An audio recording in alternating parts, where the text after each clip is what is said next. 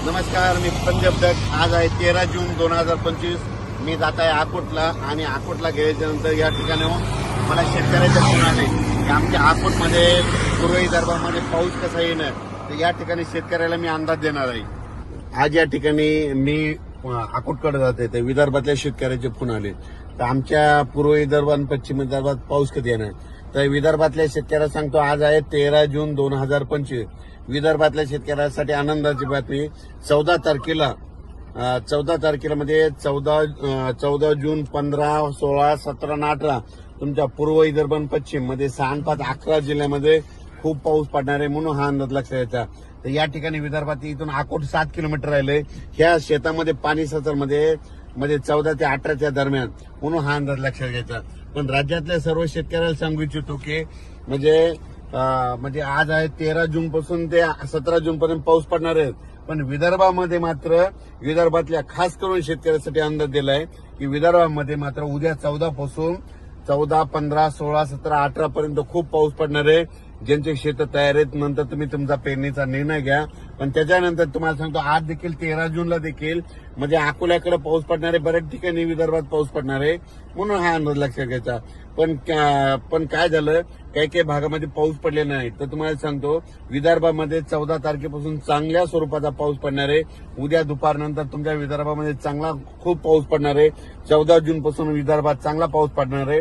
म्हणजे 14 जून ते 18 जून त्या दरम्यान 6, 5, 11 जिल्ह्यामध्ये चांगला पाऊस असणार आहे, म्हणून हा अंदाज विदर्भातल्या शेतकऱ्यांना लक्षात यायचा. विदर्भ त्याच्यानंतर पूर्व विदर्भ, पश्चिम विदर्भ, दक्षिण महाराष्ट्र, उत्तर महाराष्ट्र, कोकणपट्टी, खानदेश, मराठवाडा म्हणजे सगळ्या विभागामध्ये म्हणजे आज 13 जून पासून ते 17 जून पर्यंत दररोज वेगवेगळ्या भागात ठिकठिकाणी पाऊस पडणार आहे. पण विदर्भात मात्र 14 पासून मात्र चांगला पावसाचा जोर वाढणार आहे, म्हणून हा अंदाज लक्षात घ्यायचा. शेतकऱ्याला सांगू इच्छितो, आता जे विदर्भात जे पाऊस येणार आहे उद्याचा 14 तारखेचा, त्याच्यामध्ये विजेचं प्रमाण जास्त असणार आहे. माझी सगळ्या शेतकऱ्याला विनंती, विजा कडकडत असताना झाडाखाली थांबत जाऊ नका. झाडावर 16% विजा पडतात. विजा कडकडत असताना आपले पाळीव प्राणी, जनावरे झाडाखाली बांधू नका, कारण की झाडावर खूप विजा पडतात. माझी सगळ्या कामगारांना विनंती आहे, जे शेतमजूर आहेत, तुम्ही विजा कडकायला लागले की सरळ घरी जा, कोणत्या निवाऱ्याखाली जा, पण झाडाखाली थांबू नका.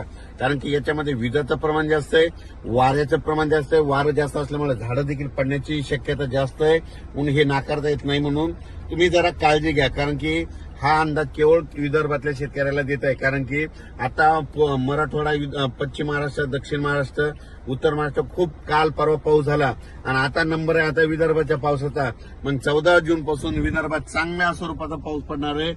आता इकडे विदर्भामध्ये अकोटकडे जात असताना पहिलं तर सगळ्या शेतकऱ्यांनी आपण आपले शेत एकदम दुरुस्त करून ठेवलेले.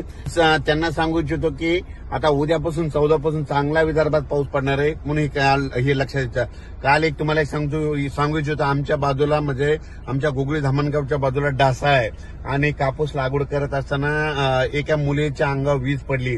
म्हणून माझी सगळ्या शेतकऱ्याला विनंती आहे, विजा कडकडत असताना कमीत कमी झाडाखाली थांबू नका.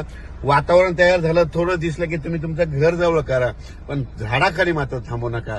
झाडावर 16% विजा पडतात. बाबळीच्या झाडावर वीज पडते, आंब्याच्या झाडावर पडते, नारळाच्या झाडावर पडते, चिंचाच्या झाडावर पडते, म्हणून हे अंदाज लक्षात घ्यायचा. धन्यवाद.